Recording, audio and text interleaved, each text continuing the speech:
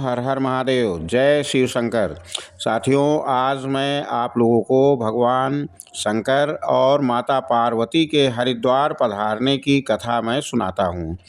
एक समय की बात है साथियों कि शिव जी महाराज पार्वती जी के साथ हरिद्वार में घूम रहे थे।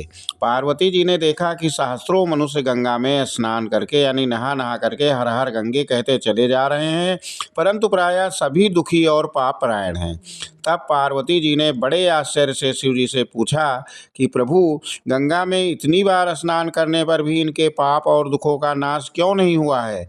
क्या गंगा में सामर्थ्य नहीं रही? अब शिव जी ने कहा कि देखो प्रिय, गंगा में तो वही सामर्थ्य है, परंतु इन लोगों में पाप नाशनी गंगा में स्नान ही नहीं किया है, तब इन्हें लाभ कैसे होगा? पार्वती जी ने आश्चर्य से कहा कि प्रभु, स्नान कैसे नहीं किया?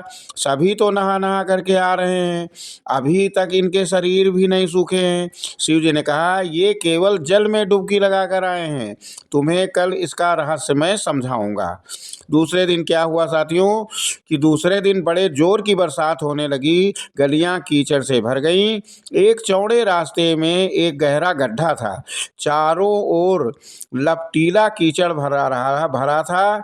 शिव जी ने लीला से ही वृद्ध रूप धारण कर लिया और दीन विवश की तरह गड्ढे में जाकर ऐसे पड़ गए जैसे कोई मनुष्य चलता चलता गड्ढे में गिर जाता है और निकलने की चेष्टा करने पर भी नहीं निकल पा रहे थे।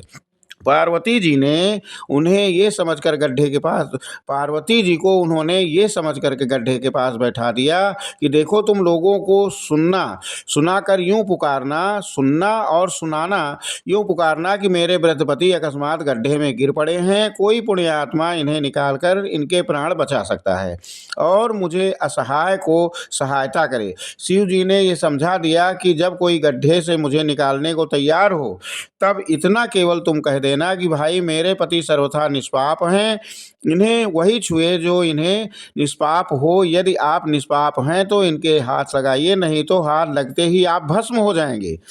तो साथियों, इसके बाद कई लोग जो है आए और उन्होंने निकालने की कोशिश की, लेकिन पार्वती जी ने पहले यही शर्त रख दी कि आप अगर निष्पाप हैं, आपने कभी कोई पाप नहीं किया है, तभी छुइएगा, नहीं तो आप लोग भस्म हो जाएंगे। ये बड़े तपस्वी हैं। तो कोई भी शिव जी को हाथ नहीं लगाया, यानी व्रत के रूप में जो शिव जी थे। तो फिर सारे लोग चले गए और शिव जी ने तब समझाया पार्वती को, देखा, इनमें से सभी पापी हैं, जब तक इनके अंदर छल कपट रहेगा तब तक ये कभी पवित्र गंगा स्नान करके नहीं होंगे। ओके साथियों।